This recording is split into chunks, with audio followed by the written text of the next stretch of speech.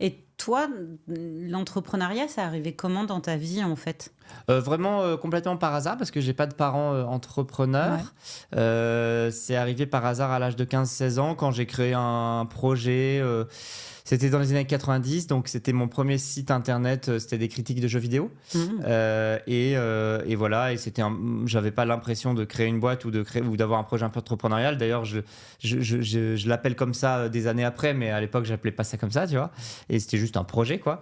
Mais en fait, pourquoi je dis ça? Parce que à l'époque, en fait, ça m'a permis de me rendre compte qu'on pouvait faire quelque chose de ces 10 doigts, Mmh. sans forcément avoir de moyens.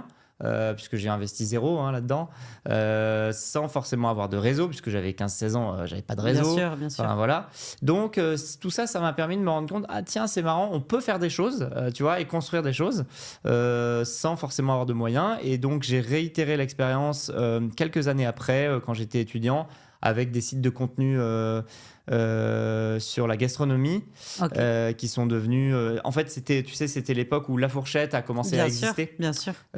Et donc, j'avais un modèle d'affilié de La Fourchette, où on prenait des commissions sur les réservations. Et donc, ça marchait fort parce que c'était le début de tout ça.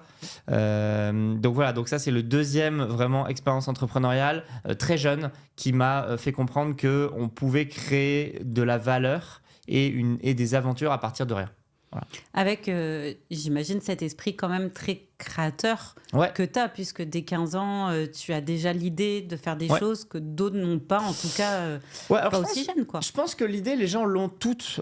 En fait, tout le monde a des idées vraiment tout le temps. Enfin, plein de monde, je pense. Et d'ailleurs, plein de monde souvent me parle de leurs idées. Mais c'est souvent, tu sais, souvent les gens ont peur de passer à l'action, Complètement, voilà, complètement. de transformer simplement l'idée en chose véritable qui existe. Parce qu'en fait, je pense que donc, l'idée qu'ils ont, c'est une montagne énorme. Et en fait, ils se disent, attends, moi, si je commence aujourd'hui, ma montagne, elle va ressembler juste à un caillou. Mmh. Et ça les décourage. Ils se disent, bah ouais, mais en fait, moi, je veux une montagne, je veux pas un caillou.